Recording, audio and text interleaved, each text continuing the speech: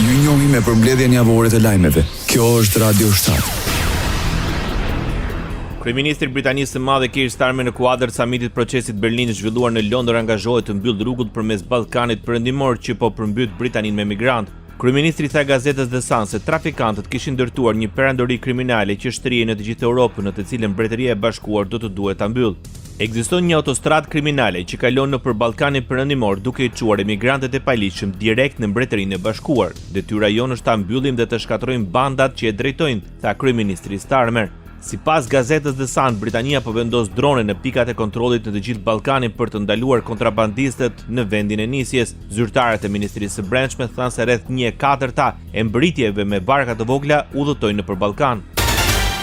Franca po të rriqet nga një angazhim i kohëve të fundit për të ndërhyrë me forcë në det për të ndaluar anijet e vogla të kalojnë kanalin anglez. Kjo është bërë e ditur për BBC nga disa burime, ndërsa njeriu përgjegjës për sigurinë kufitare në Mbretërinë e Bashkuar, Martin Hewitt, ka shprehur zhgënjimin e tij për vonesat franceze. BBC ka dëgjuar nga një numër burimesh të Francës premtimet për një doktrinë detare të re, e cila do të shite anijet patrulluese të përpiqeshin të kapnin anijet dhe të riqnin ato përsëri në breg janë të kota. Radio 7, zëri pozitiv i qytetit.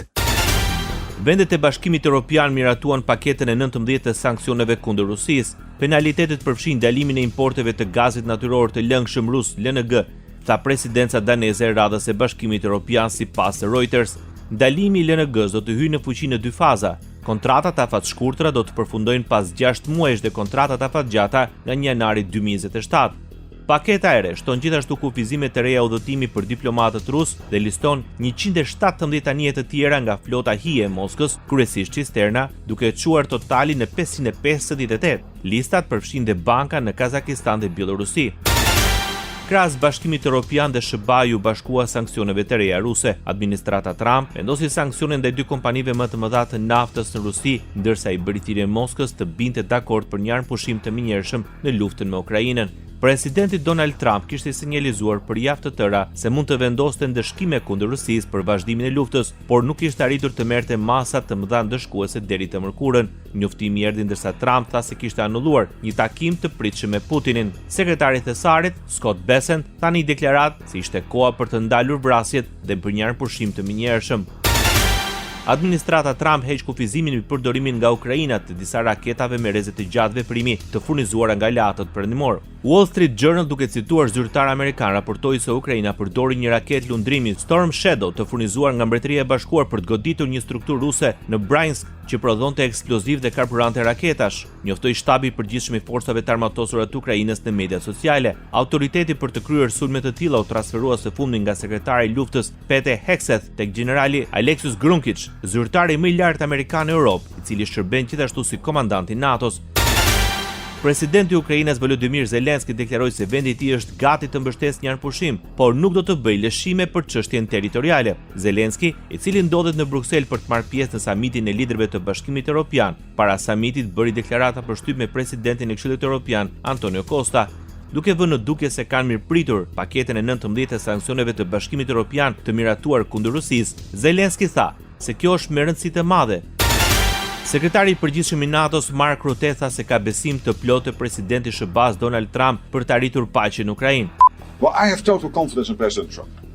And he's the only one who can get this done. Ai është i vetmi që mund ta bëjë këtë, tha Rutte, duke referuar presidentit të Shteteve të Bashkuara të Amerikës, duke folur me gazetarët pas takimit me një grup senatorësh 2 partijak në Capitol Hill. Rutte tha se vizita e tij kishte për qëllim të ofronte çdo mbështetje që NATO mund të ofrojë për të mbështetur vizionin e qartë të presidentit për t'i dhënë fund kësaj lufte në një mënyrë të qëndrueshme.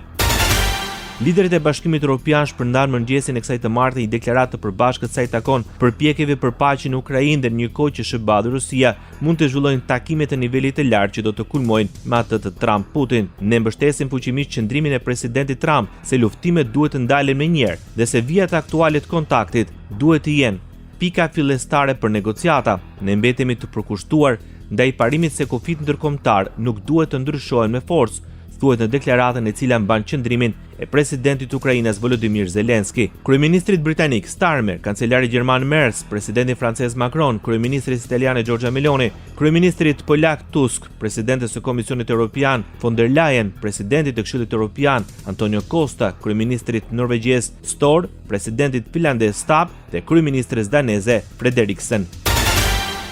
Përfaqësuesi i lartë e Bashkimit Evropian për politikë të jashtme dhe sigurinë Kaja Kallas deklaroi se nuk është e ishme që presidenti rus Vladimir Putin të mund të udhëtojë në Hungari, një vend antar i Bashkimit Evropian, për të takuar me presidentin amerikan Donald Trump, lidhur me luftën në Ukrainë. Para takimit të ministrave të jashtëm të vendeve anëtare të BE-s në Luksemburg, Kallas u tha gazetarëve se ajo mirëpret përpjekjet e presidentit Trump për të sjellë paqen, por theksoi se është po aq e rëndësishme që presidenti i Ukrainës Volodymyr Zelensky të zhvillojë bisedime me Putinin. Duke referuar paralajmërimit të Trump së takohet së shpejti me Putinin në Budapest, Kaja tha se Washingtoni ka mjaftueshëm fuqi për të shtruar presion ndaj Rusisë që të ulet në tryezën e bisedimeve.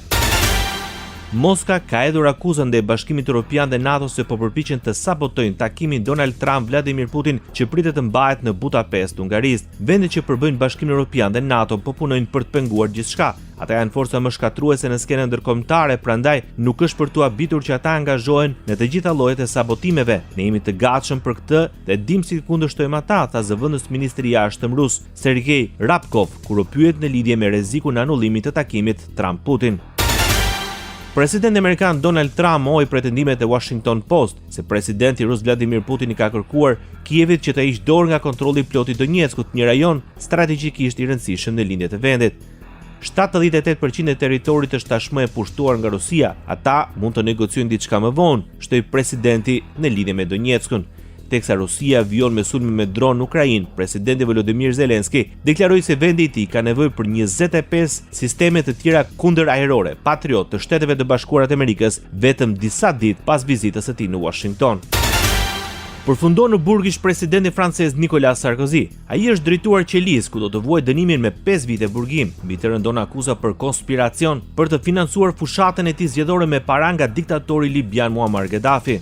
Ai është ish presidenti i parë francez që shkon në burg, që pasi u dhesi kolaboracionist nazist i luftës së dytë botërore, u burgos për tradhti në vitin 1945. Sarkozy, i cili ishte president nga viti 2007 deri në vitin 2012, ka apeluar kundër dënimit me burg në burgun La Santé, por do të duhet të pres për apelin e tij pas hekurave. Më shumë se 100 njerëz që ndruan jashtë burgut pasi djali i tij, Louis, bëri thirrje për një shfaqje mbështetje.